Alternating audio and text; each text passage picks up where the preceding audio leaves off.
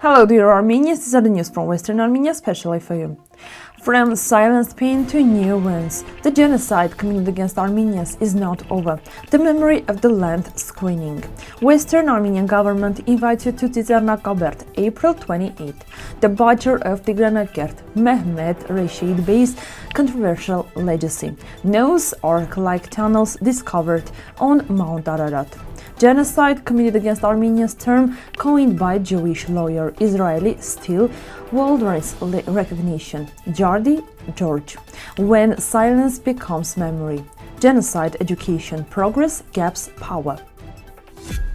On April 24, the delegation of the Republic of Western Armenia organized a memorial march to the Eternal Flame to honor the innocent victims of the genocide committed against Armenians. The event symbolized both remembrance and a demand for justice. Sadly, violence against Armenians has continued into modern times, including the tragic events in Artsakh in 2020 and 2023.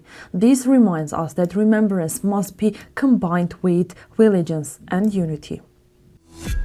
On April 26 at 4 p.m., the film The Memory of the Land will be shown as part at the Western Armenia Initiative. The event focuses on historical memory, national identity, and the connection to the homeland through art. The screening will be followed by a discussion. Location: Mission of Western Armenia, Yerevan 2 to Agatangeghos Street. Admission is free. The government and the National Assembly of the Republic of Western Armenia invite you to attend a memorial ceremony of the victims of the genocide committed against Armenians. The event will take place at the Tsitsernakaberd Memorial Complex on April 28, 2026 at 11 a.m. under the patronage of President Armenian Abrahamian. Mehmed Rashid Bey is known as one of the main organizers of the genocide against Armenians, although in Turkey he is still called a national matriarch. Before 1915, he had already taken part in violence against Greeks. Later, he became governor of Tigranakert and created armed groups made up of criminals. Mass arrests, torture, deportations, and killings followed. Entire Armenian villages were emptied and thousands were killed. After the war, Rashid Bey was arrested, escaped, and later committed suicide in 1919. In 1922, he was declared a national matriarch in Turkey. His story shows how one person can be seen very difficultly depending on political views. According to the Daily Mail, researchers have found underground tunnels near the Turupiner formation close to Mount Ararat. Some believe this structure could be linked to Noah's Ark, as described in the Bible. The tunnels appear to have an organized structure. However, these claims are not scientifically proven, and most scientists consider it a natural geographical formation.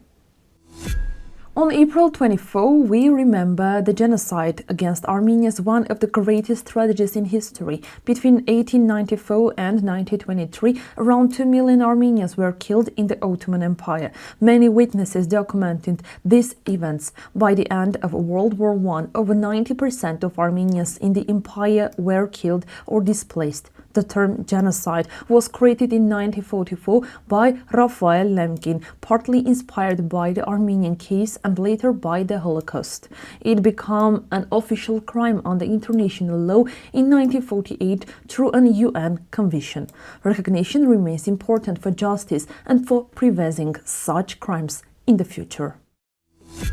Architect Rafik Yegoyan first described Jardi Gorge as empty and silent. However, this silence holds deep history. The site located between Lori and Shirak is linked to the massacres during the 1920 Turkish-Armenian War.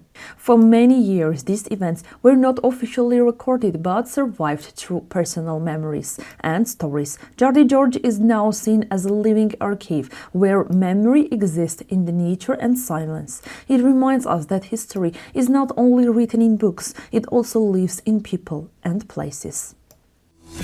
April raises an important question: how effective is genocide education? According to experts, education in the field has improved in the United States and is now part of school programs.